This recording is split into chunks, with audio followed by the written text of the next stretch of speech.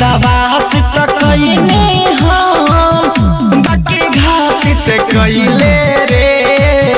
जब करे के रहे ना प्यार काहे बात ते कइले रे विश्वास तो कइने हम बाकी घात ते कइले रे जब देव के रहे ना साथ काहे बात ते कइले रे जिंदगी के हमारा नरक बनैली प्यार में हम की इतना रोइली दर्द दया के जो जोरे बेवफा दे जो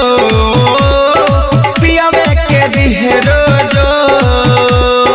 जोरे भतर काटी जो भतर के दिहरो जो गोलू बाबू मीरगंज जोरे सब दिलिया भतर के दिहरो यादव पर धान के लोग कहेला पागल रे दिनमा कट जाला कसहु बीते रतिया जागल रे यादव पर धान के लोग कहेला पागल रे दिनमा कट जाला कसहु बीते रतिया जागल रे राहुल मिथुन बारे में खबर रे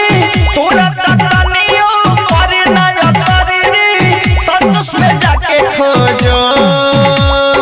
जोरे सावतिनिया जो दिल भतर के दिहरो जो जोरे मंगिया जारी जो दिल पियावे के दिहरो जो डिजिटल रिकॉर्डिंग स्टूडियो मठिया ढाला। पंडित विजय कुमार महाकाली भगत मोबाइल नंबर 9781185811। समस्याओं से परेशान पल भर में समाधान। दुआ भी तकदीर बदल सकती है। रोते हुए आओगे, हंसते हुए जाओगे। जैसे नौकरी, कारोबार, गृह कलेश, किया कराया, ऊपरी असर, काम का बनते बनते बिगड़ जाना, प्यार मोहब्बत, देश विदेश की यात्रा में रुकावट, कोर्ट कचहरी के कामों में रुकावट, बीमारी में दवा का ना लगना, घर में खून के छींटे आना, जमीन जायदाद के झगड़े, वशीकरण करवाना हो या तुड़वाना हो, लव मैरिज जैसी जटिल से जटिल समस्याओं का तूफानी समाधान मात्र 21 घंटों में बस एक फोन पर। पंडित विजय कुमार महाकाली भगत मोबाइल नंबर 9781185811।